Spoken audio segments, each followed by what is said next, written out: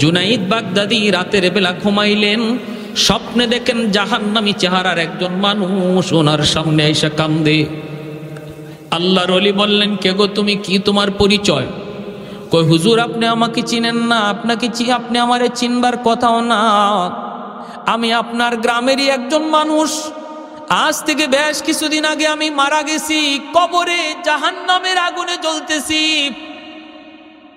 হুজুর দুনিয়াতে আমার কোনো আওলাদ নাই, আছে শুধু একটা মেয়ে সন্তান। আল্লাহ আমাকে জানাইছে যদি আমার মেয়েটা আমার নামে দান সদকা করে তাহলে আল্লাহ আমার কবরের আযাব মাফ করে দিবে। হুজুর আমি আপনার কাছে সাহায্যের জন্য এসেছি, একটু দয়া করে যদি আমার মেয়েটারে এই খবর দিতেন। আল্লাহর ওলি ঘুম থেকে ওইটাই মেয়েটার সংবাদে চলে গেলেন। মানুষদেরকে জিগাইতেছেন, অমুক মেয়েটারে তোমরা চিনুনি? মানুষেরা কয় হুজুর মেয়েটা তো বড় খারাপ চরিত্র, ভালো না, ওর কাছে ভালো মানুষ কেউ যায় না, আপনি কেন যাবেন? আল্লাহর ওলি বলেন, খবর দাও, ঠিকানা বলে দাও, যাওয়াটা একান্ত জরুরি। মানুষজন কয় নদীর ঘাটে গোসল করে। জুনাইদ বাগদাদি নদীর ঘাটে আইসা দেখেন মেয়েটা গোসল করে। গোসল থেকে ওঠার পর ডাক দেয়া কয়, মৌলবী তুমি আবার কি চাও? আল্লাহর ওলি বলেন, মা রে আমি কিছু চাই না, একটা খবর দিতে এসেছি রে মা। তোমার বাবা আজ থেকে বেশ কিছুদিন আগে কবরে চলে গেছে তাই না? বলে হ, তোমার বাবা কবরে বড় আযাবে আছে, কষ্টে আছে, জাহান্নামের আগুনে জ্বলতেছে। স্বপ্ন যুগে আমার সাথে দেখা হইছে, আমাকে বলছে আল্লাহ নাকি জানায়া দিছে তুমি যদি তোমার বাবার নামে দান সদকা করো আল্লাহ পাকের উসিলায় তোমার বাবার কবরের আযাব আল্লাহ মাফ করে দিবে। ভাইরা বন্ধুরা, এই খবরটা মেয়েকে দেওয়ার পর মেয়েটার দিল নরম হলো না, কারণ সন্তানরে যদি দিন শিখায় না যায় কবরের পাশ দিয়া চলে যাবে রে বাবা, এরপরও বাবার কথা ইয়াদ করবে না। যদি আল্লাহর দিন শিখায় না যান, মার কবরের পাশ দিয়া গান গাইতে গাইতে যাইব, এরপরও মার কথা ইয়াদ হইব না। আর যদি দিন শিখায় যান, কবরের পাশে যাইয়ে সূরা ইখলাস 3 বার পড়ব, আল্লাহ 30 পারা কোরআন তিলাওয়াতের সওয়াব বাপ মার কবরে পৌঁছায় দিব। সুবহানাল্লাহ। অন্তত দিন শিখায় গেলে পরে এতটা হবে, এতটুকু হবে, গান গাইবে না কবরের পাশে। ওই মেয়েটা দিন না থাকার কারণে দিল নরম হয় নাই, বাবার কবরের আযাবের কথা শোনার পরও দিল নরম হয় নাই, বরং হাতের মধ্যে এক মুষ্টি পানি লইয়া আল্লাহর ওলি জুনাইদ বাগদাদির দিকে ঠাট্টা কইরা মজাক কইরা ঢিল মারছে। কয় নেন আমার বাবার জন্য এতটুকু পানি আমি সদকা করলাম। এই বইলা জুনাইদ বাগদাদির দিকে ঢিল মারছি। আল্লাহর ওলি সাথে সাথে গাটা সরায় ফেলছেন, পানিটা গায়ে লাগে নাই, মাটিতে পড়ছি, চোখ দিয়ে পানি চলে আসছে। হায় রে, সন্তান বুঝি এমন হয়, সন্তান বুঝি এমন হয়। চলে গেলেন বাড়িতে নিরাশ হইয়া। এই রাতে তিনি ঘুমাইছেন, দেখেন স্বপ্ন যুগে ওই মানুষটা গতকাল যে ছিল জাহান্নামী, আজকে সে জান্নাতি চেহারার মানুষ হইয়া হাজির হয়ে গেছে। আল্লাহর ওলি বললেন, কেমন করে তোমার পরিবর্তন হলো? মেয়ে তো কোনো দান সদকা করে নাই, কোনো দোয়া করে নাই। বাবা তখন বলতেছে, হুজুর আপনার শুকরিয়া জানাইতে এসেছি, আমার মেয়েটা আপনার দিকে যে পানি ঢিল মারছে, ঠাট্টা কইরা মজাক কইরা আমার নামে, এই পানিটা কিন্তু আপনার গায়ে পড়ে নাই, পড়ছে মাটিতে। যেই জায়গায় পড়ছে ওই জায়গায় একটা পোকা দীর্ঘদিন যাবৎ পানির তৃষ্ণায় ছটফট করতেছিল। ওই পোকাটার মুখের মধ্যে পানিটা যায় পড়ছে, পানিটা খাইয়া পোকার জীবন রক্ষা হইছে। সাথে সাথে পোকায় কয়, আল্লাহ যার উসিলায় পানি পেয়ে আমার জীবন রক্ষা করলো, তুমি তারে মাফ করো। ভাইরা, কিছুদিন আগে পত্রিকায় পড়লাম একটা খবরটা ছিল এমন, একজন যুবক তার জীবনের কাহিনীটা বলছে, ও দুনিয়ার সন্তানের দল, আমার মতো কুলাঙ্গার সন্তান কেউ হইও না। আমি এখন একটা কুলাঙ্গার সন্তান।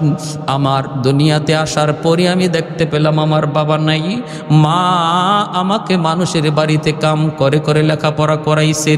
একটু বোঝ হওয়ার পর আমি দেখলাম আমার মায়ের একটা চোখ নাই, চোখটা বিশাল গর্ত হয়ে আছে। আমার মায়ের চেহারার দিকে তাকাইলে বড় ভয় হয়। স্কুলের ক্লাসের ছাত্রছাত্রীরা আমাকে নিষেধ করে, তোর মাকে স্কুলে আসতে নিষেধ করবি। চেহারার দিকে তাকাইলে ভয় লাগে, চেহারার দিকে তাকাইলে বড় ভয় লাগে। একটা চোখ নাই, বিশাল গর্ত। আমি মাকে বললাম, মা তুমি স্কুলে যেও না। মা বলতেছে, বাবারে সারাদিন তোমাকে না দেখলে আমি মা সইতে পারি না, থাকতে পারি না, কারণ দুনিয়াতে আমার কেউ নাই, আছো শুধু তুমি আর আমি। অতএব আমাকে স্কুলে যদি একবার না যাই আমি মা সেটা সহ্য করতে পারি না। হাই স্কুলে গেলাম, সেখানেও মা আমাকে দেখতে হাই স্কুলে যায়। কলেজে গেলাম, তবু মা দেখতে যায়। ছাত্রছাত্রীরা না করে, এরপর মা মানে না, মানে না।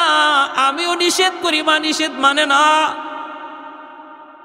এক পর্যায়ে আমি ঢাকা ইউনিভার্সিটিতে চলে গেলাম, সেখানে লেখাপড়া করি।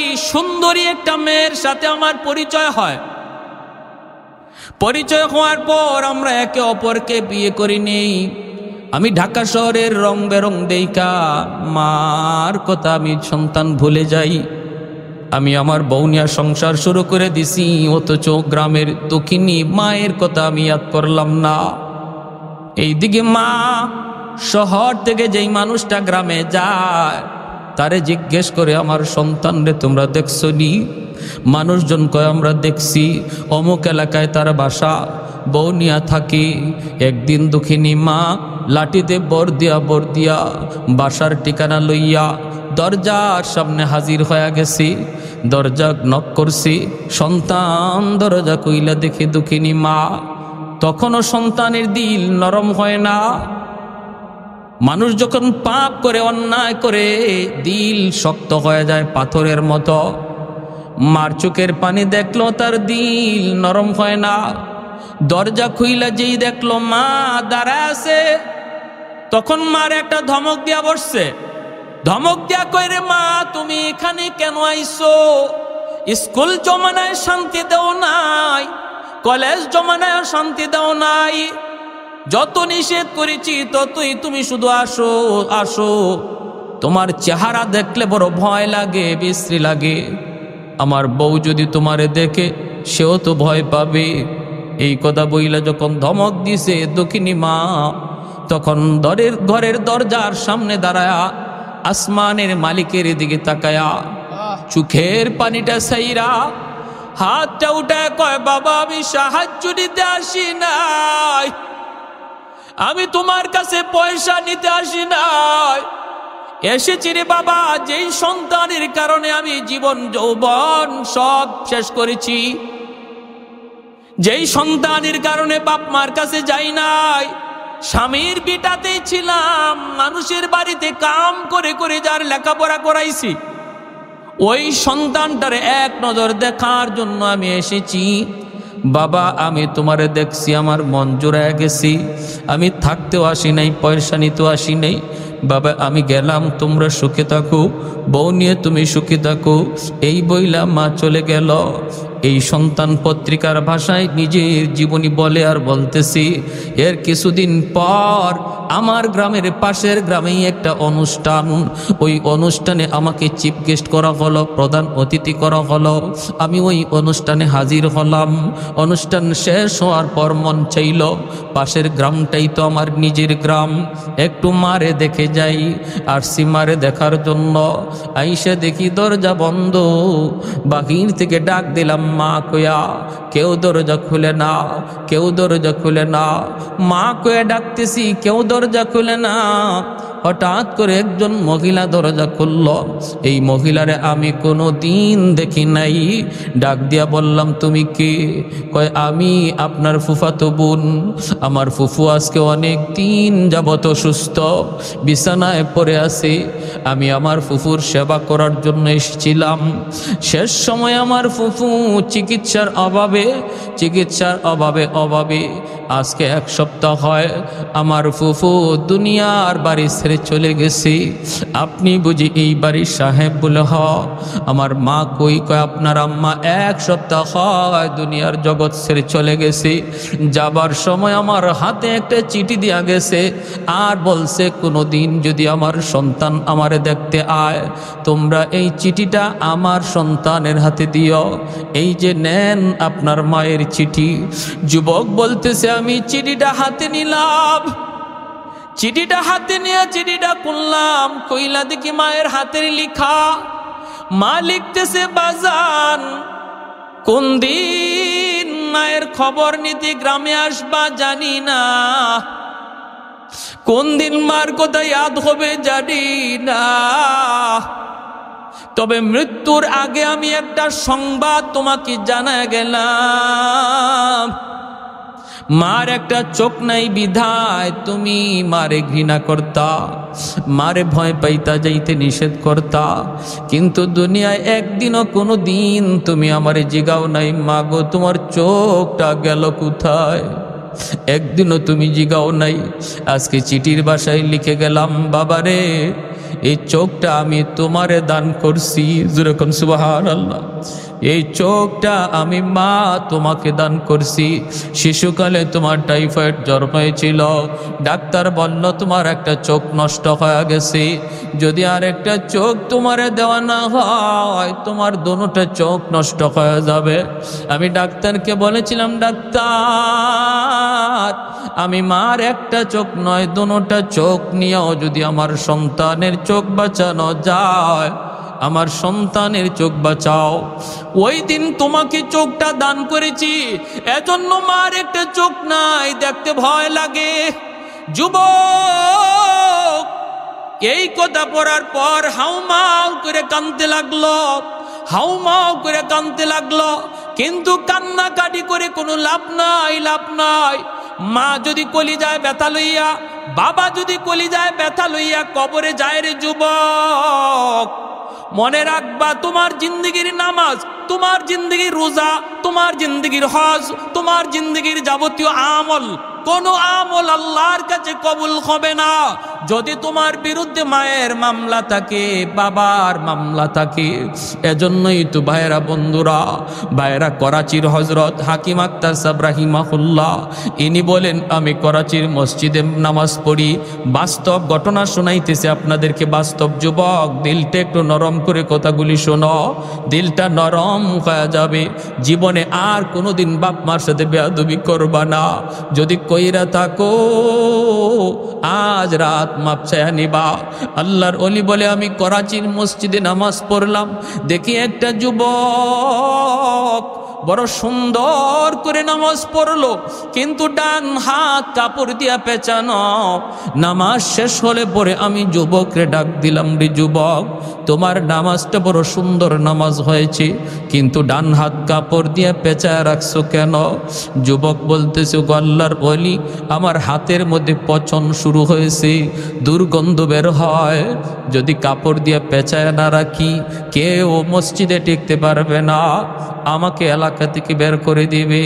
আল্লাহর ওলি বলেন, তাহলে তুমি কি কোনো চিকিৎসা করাও না? যুবক বলে, ভারত পাকিস্তানের সব ডাক্তার দেখানো শেষ, কেউ আমার রোগ ধরতে পারে না। ডাক্তার এই পচন ভালো করার জন্য অ্যান্টিবায়োটিক, হাই অ্যান্টিবায়োটিক সব ধরনের ঔষধ দেয়, কিন্তু কোনো ঔষধেই কাজ হয় না। ডাক্তার নিজেরা বলে, আমরা তো বুঝি না কোথায় গন্ডগোল, কি সমস্যা। আমাদের যে ঔষধ, যে ট্রিটমেন্ট, এই ট্রিটমেন্টে তো তোমার ভালো হওয়ার কথা। আল্লাহর ওলি বলেন, যুবক অন্য দেশের ডাক্তার দেখাও। তখনই যুবক চোখের পানিটা সাইরা দিয়া কান্দে আর কই, আল্লাহর ওলি গো, আমাকে আর ডাক্তার দেখাইতে বলবেন না। দুনিয়ার কোনো ডাক্তার আমার রোগ ধরতে পারবে না। আমি আমার রোগ ধরে ফেলেছি, কেউ না ধরলো আমি ধরে ফেলেছি। আমার রোগ হলো আসমানে, চিকিৎসা চলছে জমিনে। আগুন লাগছে শেরপুর, পানি দেয় ফরিদপুর, জীবনে কোনোদিন আগুন নিভবে না। আমার রোগ হলো আসমানে, চিকিৎসা জমিনে, রোগ সারবে না। কি তোমার জীবনের ইতিহাস? এমনি যুবক চুকির পানি সেইরা দিয়া কান্দে আর কয়, আমি আমার মায়ের গর্ভে একমাত্র সন্তান, জন্মের পরই আব্বা মারা গেছেন। আম্মা আমাকে বড় কষ্ট করে করে লালন পালন করছেন। আমি মানুষের বাড়িতে মায় কাজ কইরা আমার স্কুলের খাতা কলম কিনা দিয়া দিয়া লেখাপড়া করাইছি। আমি কলেজে গেলাম, ভার্সিটিতে গেলাম, তারপরে সুন্দরী একটা বউ বিয়ে কইরা বাড়িতে উঠাইলাম। আমার মা আমার বউকে মেনে নিলেন, কোনো বাধা দিলেন না। মা বললেন, শুধু এতটুকু বাবা, আমাকে একটু খবর দিলি না। আমি মা নিজে যাইয়া বৌমাকে উঠে আনতাম, একটু খবর দিলি না। এরপরও মা মেনে নিছেন, কিন্তু আমার মাকে মা হিসাবে মানতে পারে না। অফিস থেকে আসলে পরে আমার কানে কানে মার বিরুদ্ধে অভিযোগ দেয়। আমি মার বিরুদ্ধে অভিযোগ শুনি। একদিন, 2 দিন, 3 দিন শুনতে শুনতে আমি মার রুমে ঢুইকা মারে বকাবকি শুরু করলাম। প্রথমেই মারে বকা দিলাম, এ মা তুমি কেন ওর সাথে যন্ত্রণা দাও? মা বলে, বাবা আমি কিছু বলি নাই। প্রতিদিন আমার বউ অফিস থেকে আসার সাথে সাথে মায়ের বিরুদ্ধে আমাকে কানফড়া দেয়। আমি তো সুন্দরী বউ, মহব্বত করে বিয়ে করেছি, আমি তো তার কথায় মত্ত। মার রুমে ডুইকা মারে প্রথম দিন বকাবকি করলাম, দ্বিতীয় দিনও বকাবকি করলাম, তৃতীয় দিন মার গায়ে আমি নালায়েক হাত উঠে ফেলছি। যেই মাত্র মার গায়ে হাতটা উঠাইছি, এমনি মা চোখের পানিটা সাইরা ডাক দিয়া কয়, বাজান রে, আজকে বউয়ের কথায় তুই মার গায়ে হাত উঠে দিলি, অথচ একবারও তুই ভাবলি না এই হাতটা মা চুমায়া চুমায়া বড় করছি। তোর এই হাতের মধ্যে আমি মার হাজারো চুমা লেগে আছি। বাবার আদর তোকে দিয়েছি, মায়ের আদর তোকে দিয়েছি, আজকে একটা বউ পাইয়া তুই মার গায়ে হাত উঠে দিলি। ঠিক আছে নে, আল্লাহ যেন তোর এই হাত ফসায়া দেয়, আল্লাহ যেন তোর এই হাত পচায়া দেয়, তুই যেন আমার জানাজার নামাজ পড়তে না পারো। যুবক কান্দে আর বলতেছে, গো আল্লাহর বলি, আমি টের পাইছি তখনই আমার পায়ের নিচের জমিন কাইপা উঠছে, যেন মার বদুয়ার সাথে সাথে আল্লাহর আরশটা পর্যন্ত কাইপা উঠছে। কিছুদিন পরে আমি অফিস থেকে খবর পাইলাম মা মারা গেছেন। মার জানাজা পড়ার জন্য আমি অফিস থেকে রওনা দিলাম, কিন্তু ওই দিন গ্রামে পৌঁছতে পৌঁছতে এত সমস্যা হয়ে গেছি, অনেক দেরি হয়ে গেছে। অন্য কোনো দিন এত দেরি হইতো না। বাড়িতে পৌঁছতে পৌঁছতে অনেক সময় লেগে গেল। আইসা দেখি এলাকার মানুষ আমার সারাই মার জানাজার নামাজ পড়ে ফেলেছে। মানুষজন আমাকে ডাইকা বলতেছে, বাবা অনেকক্ষণ অপেক্ষা করেছি রে বাবা, আর মানুষে অপেক্ষা করে না, এজন্য জানাজা পড়ে ফেলেছি। ভাইরা বন্ধুরা, যুবক কান্দে আর কয়, বাবারা তোমাদের কোনো ভুল নাই, তোমাদের কোনো দোষ নাই, আমি বুঝে ফেলেছি গন্ডগোল কোন জায়গায়, গন্ডগোল কোন জায়গায়। যুবক বলতেছে, আমি অপেক্ষায় তখন ছিলাম, মার 2টা বদুয়ার 1টা বদুয়া কবুল হয়ে গেছে। তুই যেন আমার জানাজার নামাজ পড়তে না পারো, আমি চেষ্টা করো মার জানাজার নামাজ পড়তে পারি নাই রে যুবক। মার মনে কষ্ট দিয়া যদি কোনোদিন মা এমন বদুয়া দেয়, মনে রাখো, সালাসাতুন দাওয়াতুম মুস্তাজাবাতুন লা শাক্কা ফি, দাওয়াতুল মাজলুম, দাওয়াতুল মুসাফির ওয়া দাওয়াতুল ওয়ালিদ আলা ওয়ালাদিহি। তিন ব্যক্তির দোয়া বদদোয়া সরাসরি আল্লাহর দরবারে কবুল, মাঝখানে কোনো বাধা থাকে না। এই তিন ব্যক্তির ভিতরে এক ব্যক্তি হলো বাপ মা, আরেক হলো মুসাফির, আরেক হলো মজলুম। এই তিন ব্যক্তির দোয়া বদদোয়া সরাসরি আল্লাহর দরবারে কবুল। এজন্য মায় বদদোয়া দিছে, তুই আমার জানাজার নামাজ পড়তে যেন না পারো। হাজারো চেষ্টা করে মা জানাজা পড়তে পারে নাই। যুবক বলে আমি অপেক্ষায়, এবার আমার হাতের পালা। মা বলছে, তোর এই হাত যেন পচা যায়, যে হাত দিয়ে তুই মারছ। কিছুদিন পরেই দেখি আমার হাতের মধ্যে ফোড়া দেখা দিছে, ফোড়া। এই ফোড়ার চিকিৎসার জন্য ডাক্তারের কাছে গেলাম। ডাক্তার আমাকে ওষুধ দিল, কিন্তু ফোড়া তো ভালো হয় না, বরং হাতে পচন শুরু হয়ে গেছে। ঔষধ দেয়, পচন আরো বাড়তেছে, আরো বাড়তেছে। ডাক্তার কোনোভাবে আমার রোগ ধরতে পারে না। এইবার আমি হাতের পচন লয়া কি করব? সুন্দরী বউ, যার মহব্বতে পইরা আমার গায়ে হাত উঠাইছিলাম, ওই সুন্দরী বউটাও আমারে ফালায়া বাবার বাড়ি চলে গেছি। এখন আমি কি করব? এলাকায় আমারে থাকতে দেয় না, আশপাশের বাড়িতেও আমার কেউ থাকতে দেয় না। আমি শুধু এখন মসজিদে মসজিদে ঘুরি, হাতটারে কাপড় দেয়া পেঁচায় রাখি যেন দুর্গন্ধ কেউ টের না পায়। ওগো আল্লাহর বলি, এবার বলুন আমার কিছু করার আসেনি, আমার উপায় কি? আমার উপায় কি? ভাইরা বন্ধুরা, করাচির হজরত তখন বলেন, বাবারে সান্ত্বনা কেমনে দিব জানি না, তবে আমার নবীর একটা হাদিস, নবী বলে, মান যারা কবর আবাইহি ফি কুল্লি জুমাতিন গুফিরা লাহু কুতিবা বাররান। যদি জুম্মার দিন 5 ওয়াক্ত নামাজ কোনো সন্তান ভালোভাবে আদায় করে, জুম্মার দিন বাপমার কবর জিয়ারত করে, জুম্মার দিন বাপমার কবর জিয়ারত করতে যদি না বলে, দুনিয়ার যদি সে জানা অজানা বাপমারে কষ্ট দেয়, ওই জুম্মার দিনে কবর জিয়ারতের উসিলায় আল্লাহ তারে মাফ করে দিবি। সুবহানাল্লাহ। এজন্য ভাইরা বন্ধুরা বলতেছিলাম, আল্লাহর নবী ওই যুবককে বলতেছে, রে যুবক, 1 নাম্বার দায়িত্ব হলো বাপমার জন্য এই দোয়া করো, আল্লাহ আমার আব্বা আম্মারে তুমি মায়া করো, যেইভাবে আমার এই শিশুকালে আমার বাপমা মায়া করছে। এই দোয়াটা যখনই তুমি করবা, সাথে সাথে এই খবর আল্লাহ বাপমার কবরে পৌঁছায়া দিব। 2 নাম্বার ওয়াল ইস্তিগফারু লাহুমা। নবী বলেন, বাপমার জন্য বেশি বেশি দান সদকা করো, বাপমার জন্য মসজিদ মাদ্রাসা বানাও, বাপমার জন্য মানুষের সেবামূলক কাজ করো, বাপমার জন্য তুমি হাত বাড়ায় দাও, তাহলে তোমার ওই দানের খবর সাথে সাথে আল্লাহ বাবার কবরে পৌঁছে দিবে, যেন তুমি দুনিয়ার থাইকা কবরে বাপমার সেবা করলা। 3 নাম্বার ইনফাজু আহদিহিমা মিন বাদিহিমা।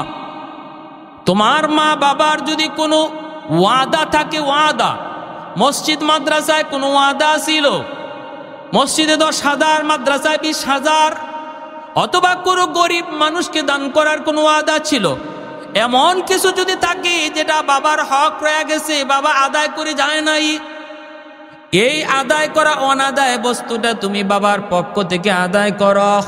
বাবা হজ করে নাই, হজ ফরজ ছিল, তুমি বাবার পক্ষ থেকে হজটা আদায় করো।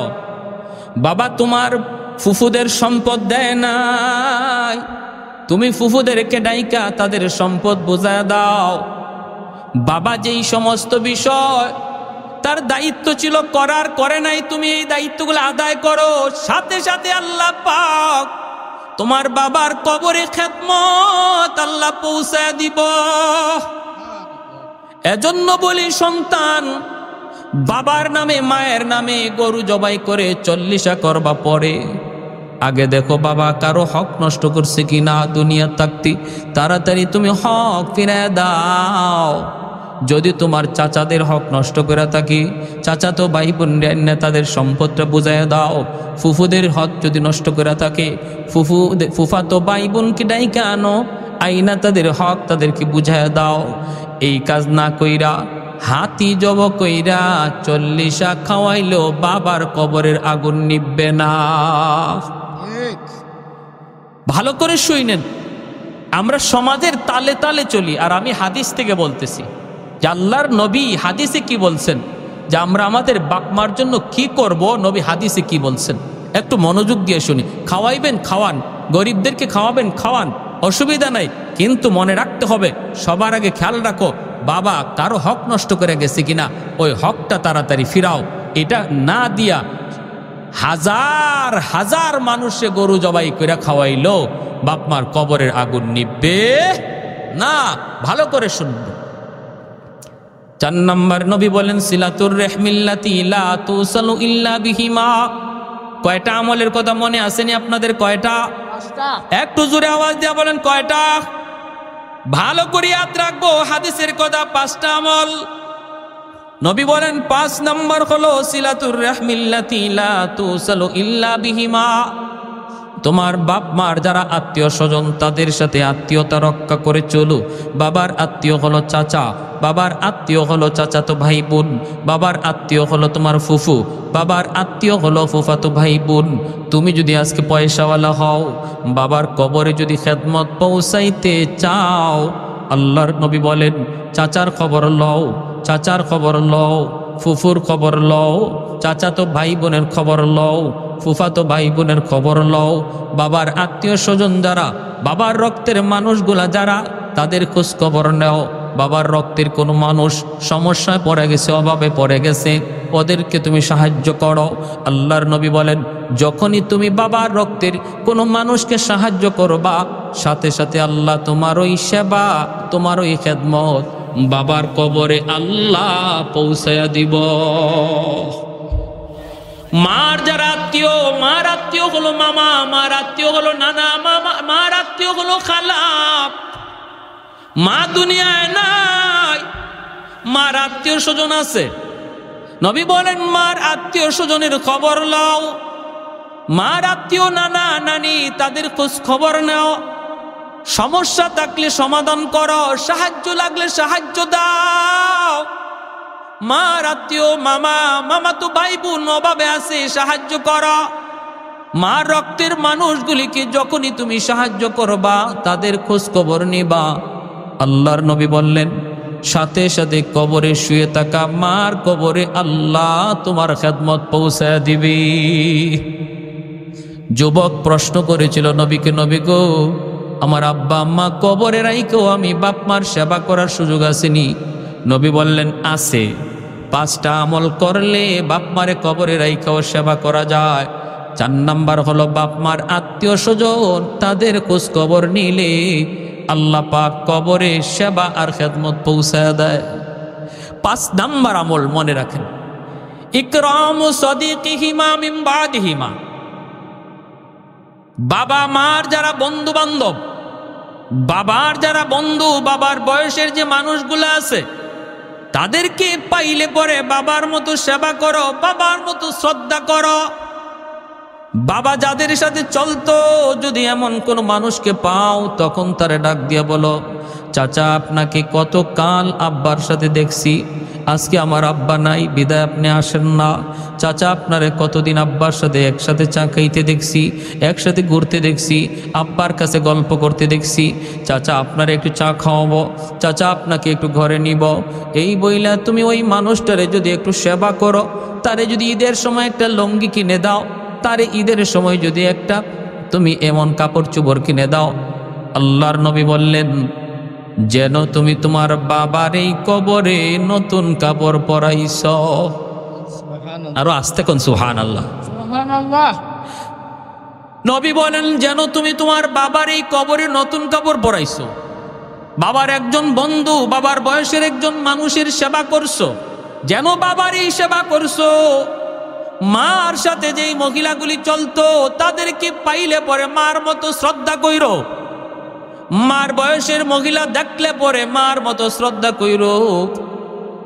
যখনই তুমি তাদের সেবা করবা, শ্রদ্ধা করবা, তাদের একটু খেদমত করবা, আল্লাহ পাক ওই খেদমতটা মার কবরে আল্লাহ পৌঁছে দিব।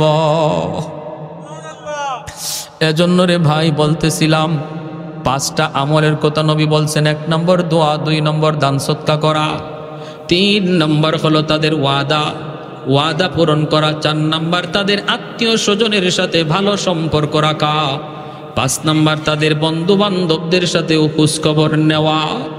যদি বাপ মার নামে দান করো। জুনাইদ বাগদাদি রাতের বেলা ঘুমাইলেন, স্বপ্নে দেখেন জাহান্নামী চেহারার একজন মানুষ ওনার সামনে এসে কান্দে। আল্লাহর ওলি বললেন, কে গো তুমি, কি তোমার পরিচয়? কই হুজুর আপনি আমাকে চিনেন না, আপনি আমারে চিনবার কথাও না, আমি আপনার গ্রামেরই একজন মানুষ। আজ থেকে বেশ কিছুদিন আগে আমি মারা গেছি, কবরে জাহান্নামের আগুনে জ্বলতেছি। হুজুর দুনিয়াতে আমার কোনো আওলাদ নাই, আছে শুধু একটা মেয়ে সন্তান। আল্লাহ আমাকে জানাইছে যদি আমার মেয়েটা আমার নামে দান সদকা করে তাহলে আল্লাহ আমার কবরের আযাব মাফ করে দিবে। হুজুর আমি আপনার কাছে সাহায্যের জন্য এসেছি, একটু দয়া করে যদি আমার মেয়েটার এই খবর দিতেন। আল্লাহর ওলি ঘুম থেকে ওইটাই মেয়েটার সংবাদে চলে গেলেন। মানুষদেরকে জিগাইতেছেন, অমুক মেয়েটারে তোমরা চিনুনি? মানুষেরা কয়, হুজুর মেয়েটা তো বড় খারাপ চরিত্র, ভালো না, ওর কাছে ভালো মানুষ কেউ যায় না, আপনি কেন যাবেন? আল্লাহর ওলি বলেন, খবর দাও, ঠিকানা বলে দাও, যাওয়াটা একান্ত জরুরি। মানুষজন কয় নদীর ঘাটে গোসল করে। জুনাইদ বাগদাদি নদীর ঘাটে আইসা দেখেন মেয়েটা গোসল করে। গোসল থেকে ওঠার পর ডাক দেয়া কয়, মৌলবী তুমি আবার কি চাও? আল্লাহর ওলি বলেন, মা রে আমি কিছু চাই না, একটা খবর দিতে এসেছি রে মা। তোমার বাবা আজ থেকে বেশ কিছুদিন আগে কবরে চলে গেছে তাই না? বলে হ, তোমার বাবা কবরে বড় আযাবে আছে, কষ্টে আছে, জাহান্নামের আগুনে জ্বলতেছে। স্বপ্ন যুগে আমার সাথে দেখা হইছে, আমাকে বলছে আল্লাহ নাকি জানায়া দিছে তুমি যদি তোমার বাবার নামে দান সদকা করো আল্লাহ পাকের উসিলায় তোমার বাবার কবরের আযাব আল্লাহ মাফ করে দিবে।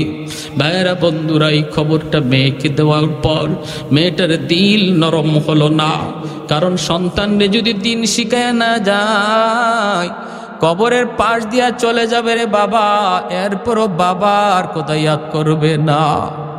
যদি আল্লাহর দিন শিখায় না যান, মার কবরের পাশ দিয়া গান গাইতে গাইতে যাইব, এরপরও মার কথা ইয়াদ হইব না। আর যদি দিন শিখায় যান, কবরের পাশে যাইয়ে সূরা ইখলাস 3 বার পড়ব, আল্লাহ 30 পারা কোরআন তিলাওয়াতের সওয়াব বাপ মার কবরে পৌঁছায় দিব। সুবহানাল্লাহ। অন্তত দিন শিখায় গেলে পরে এতটুকু হবে, গান গাইবে না কবরের পাশে। ওই মেয়েটা দিন না থাকার কারণে দিল নরম হয় নাই, বাবার কবরের আযাবের কথা শোনার পরও দিল নরম হয় নাই, বরং হাতের মধ্যে এক মুষ্টি পানি লইয়া আল্লাহর ওলি জুনাইদ বাগদাদির দিকে ঠাট্টা কইরা মজাক কইরা ঢিল মারছে। কয়, নেন আমার বাবার জন্য এতটুকু পানি আমি সদকা করলাম। এই বইলা জুনাইদ বাগদাদির দিকে ঢিল মারছে। আল্লাহর ওলি সাথে সাথে গাটা সরায় ফেলছেন, পানিটা গায়ে লাগে নাই, মাটিতে পড়ছি, চোখ দিয়ে পানি চলে আসছে। হায় রে, সন্তান বুঝি এমন হয়, সন্তান বুঝি এমন হয়। চলে গেলেন বাড়িতে নিরাশ হইয়া। এই রাতে তিনি ঘুমাইছেন, দেখেন স্বপ্ন যুগে ওই মানুষটা গতকাল যে ছিল জাহান্নামী, আজকে সে জান্নাতি চেহারার মানুষ হইয়া হাজির হয়ে গেছে। আল্লাহর ওলি বললেন, কেমন করে তোমার পরিবর্তন হলো? মেয়ে তো কোনো দান সদকা করে নাই, কোনো দোয়া করে নাই। বাবা তখন বলতেছে, হুজুর আপনার শুকরিয়া জানাইতে এসেছি, আমার মেয়েটা আপনার দিকে যে পানি ঢিল মারছে, ঠাট্টা কইরা মজাক কইরা আমার নামে, এই পানিটা কিন্তু আপনার গায়ে পড়ে নাই, পড়ছে মাটিতে। যেই জায়গায় পড়ছে ওই জায়গায় একটা পোকা দীর্ঘদিন যাবৎ পানির তৃষ্ণায় ছটফট করতেছিল। ওই পোকাটার মুখের মধ্যে পানিটা যায় পড়ছে, পানিটা খাইয়া পোকার জীবন রক্ষা হইছে। সাথে সাথে পোকায় কয়, আল্লাহ যার উসিলায় পানি পেয়ে আমার জীবন রক্ষা হলো, তুমি তারে মাফ করো। ওই পোকার দোয়ার উসিলায় আল্লাহ আমাকে মাফ করে দিছে। জোরে কোন সুবহানাল্লাহ। আর একটু জোরে কোন সুবহানাল্লাহ। তাহলে বাপ মার নামে সন্তান যদি দান সদকা করে, এই উসিলায় বাপ মার কবরের আযাব মাফ করে দেয় কে? আর একটু জোরে বলেন কে? একজন ভাই হাত উঠান সবার আগে। হুজুর, আমি আমার আব্বা আম্মার নামে আগামী রমজান মাস পর্যন্ত আল্লাহ যদি আমার হায়াত বাঁচায়, রমজান মাসে আমি 1000 টাকা দিব ইনশাআল্লাহ। 10 জন ভাই বাপ মার নামে 10টা হাত উঠান। সবার আগে একজন ভাই বলেন, পিছনে 2টা ভাই হাত উঠেছে কি নাম? কি নাম? কি নাম?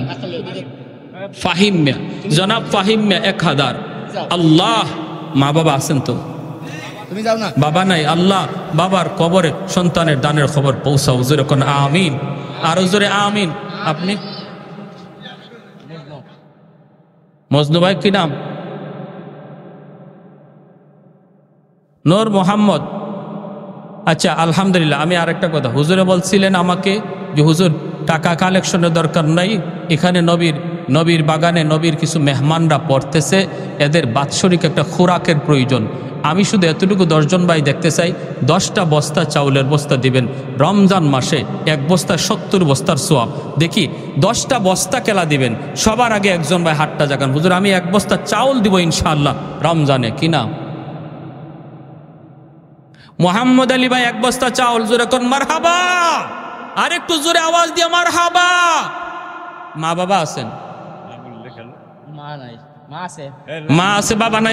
জাআত রাসূলু রাব্বিনা বিল হক রব্বানা যালামনা আনফুসানা ওয়া ইল্লাম তাগফির লানা ওয়া তারহামনা লানাকুনান্না মিনাল খাসিরিন। রব্বিরহামহুমা কামা রাব্বায়ানি সগীরা। রব্বিরহামহুমা কামা রাব্বায়ানা সগীরা। রব্বুল আলামিন মায়ার নজরে, কুদরতি নজরে একটু তাকায় দেখো, তোমার বান্দারা বসে বসে তোমার কথা, তোমার হাবিবের কথাগুলি মনোযোগ দিয়ে শুনতেছে। আমলখানা যদি পছন্দনীয় হয়, এর উসিলায় আমাদের জীবনের সব গুনাহ খাতাগুলি মাফ করিয়া দাও।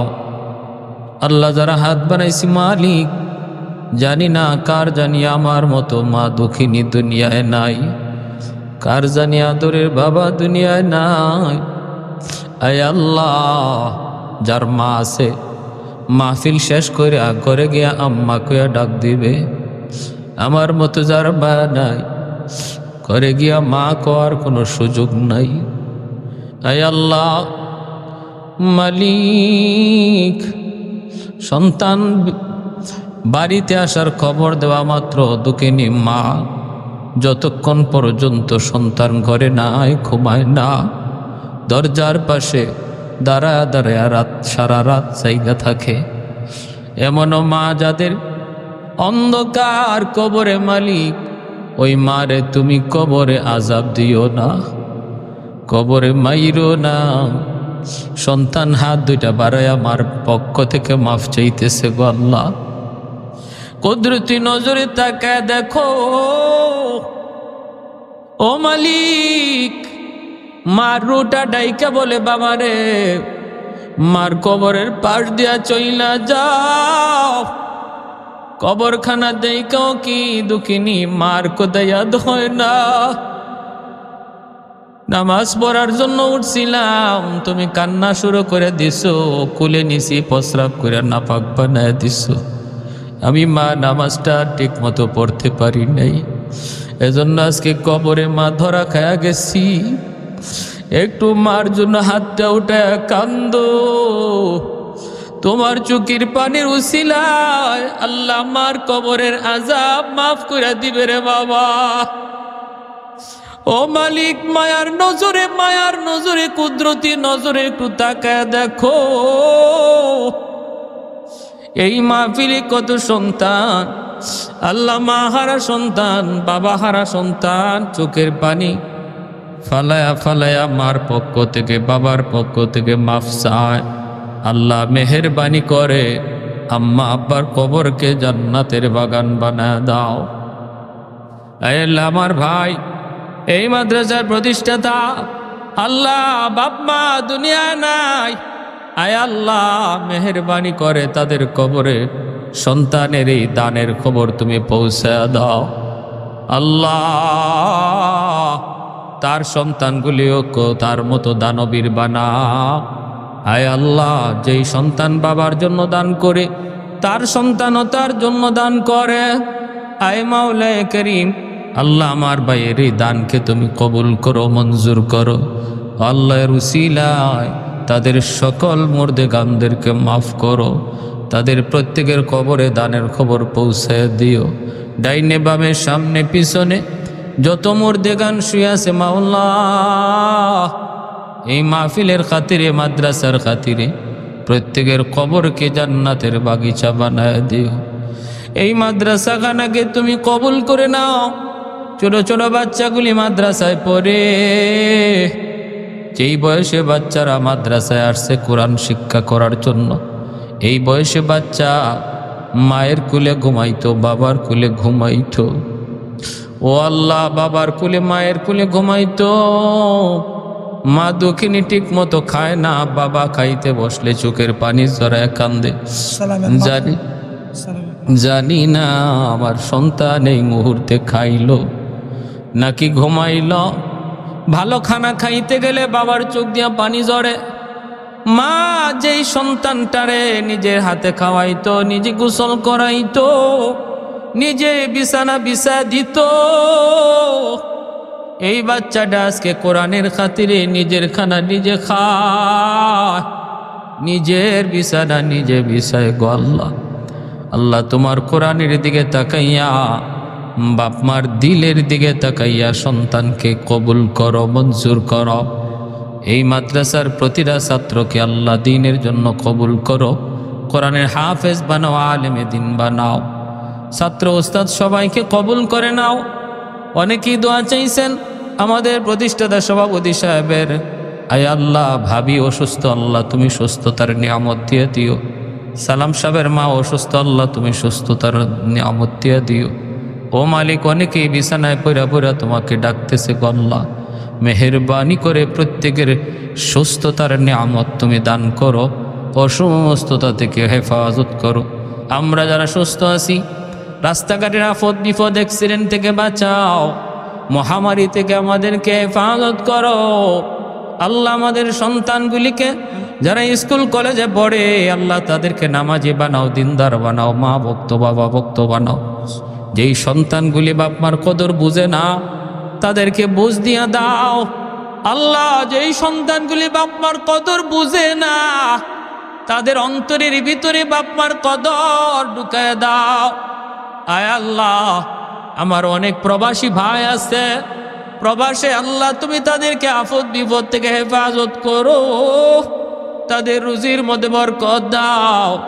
প্রবাসী ভাইয়েরা কত কষ্ট করে দেশের কথা মনে পড়ে আসতে পারে না। এই টাকার জন্য মা সাইরা, বাবা সাইরা, কলিজার টুকরা সন্তান সাইরা, 7 সমুদ্র 13 নদীর ওই পার দিন কাটায়, রাত কাটায়। আল্লাহ আমার প্রবাসী ভাইদেরকে তুমি দ্বীনের জন্য কবুল করো, মঞ্জুর করো। আল্লাহ তাদের রুজির মধ্যে বরকত দিও, হালাল পথে চালায়, সব ধরনের ছোট বড় বিপদ আপদ থেকে বাঁচাইও।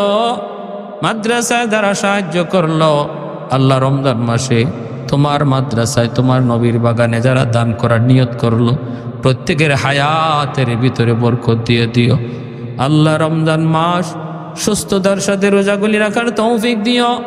আয় আল্লাহ, ব্যবসায়ী যারা আছে ব্যবসার মধ্যে বরকত দিও। কৃষক যারা আছে আল্লাহ তাদের কৃষি খেতে বরকত দিও। আয় আল্লাহ, আমাদের দেশটার উপরে শান্তি নাজিল করো, অশান্তি দূর করো, পরস্পরে মিল মহব্বত বাড়ায় দিও, হিংসা বিদ্বেষ দূর করে দাও। আয় আল্লাহ, এলাকার মানুষকে মাদ্রাসার মুআফিক বানাও, ছাত্রদেরকে দিল থেকে ভালোবাসার তৌফিক দাও। আল্লাহ, ছাত্রদেরকে দিল থেকে ভালোবাসার তৌফিক দাও। আয় আল্লাহ, এলাকার মানুষকে এই মাদ্রাসার উসিলায় তুমি কবুল করে নাও। ও সাল্লাল্লাহু তাআলা, আমার মা বোনদেরকে মাফ করে দাও। আল্লাহ, আমার মা বোনদেরকে মাফ করে দাও, দ্বীনের জন্য কবুল করো। খাস পর্দার ভিতরে থাকার তৌফিক দান করো, যুবকদেরকে মসজিদমুখী নামাজি বানাও। আয় আল্লাহ, আজকের এই আশা বসাকে নাজাতের ওসিলা বানায় দাও। সাল্লাল্লাহু তাআলা আলা খাইরি খালকিহি মুহাম্মাদিন ওয়া আলিহি ওয়া আসহাবিহি আজমাইন। আমিন আমিন বিরহমাতিকা ইয়া আরহামার রাহিমিন।